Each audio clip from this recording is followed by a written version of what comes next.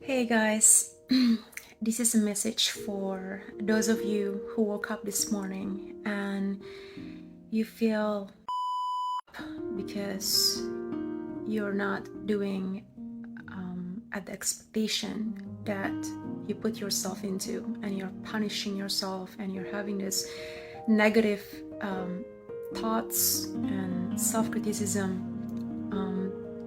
Well, you know what? I just want to let you know that today is a new day. Please remember to be kind to yourself. Just imagine that you are your own friend, or imagine your best friend. If they were talking to themselves and criticizing themselves, what would you tell them? It's okay to fall off the wagon once in a while. It's okay, and let yourself feel that way.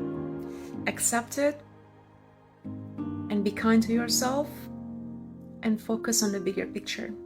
It's okay. It's okay.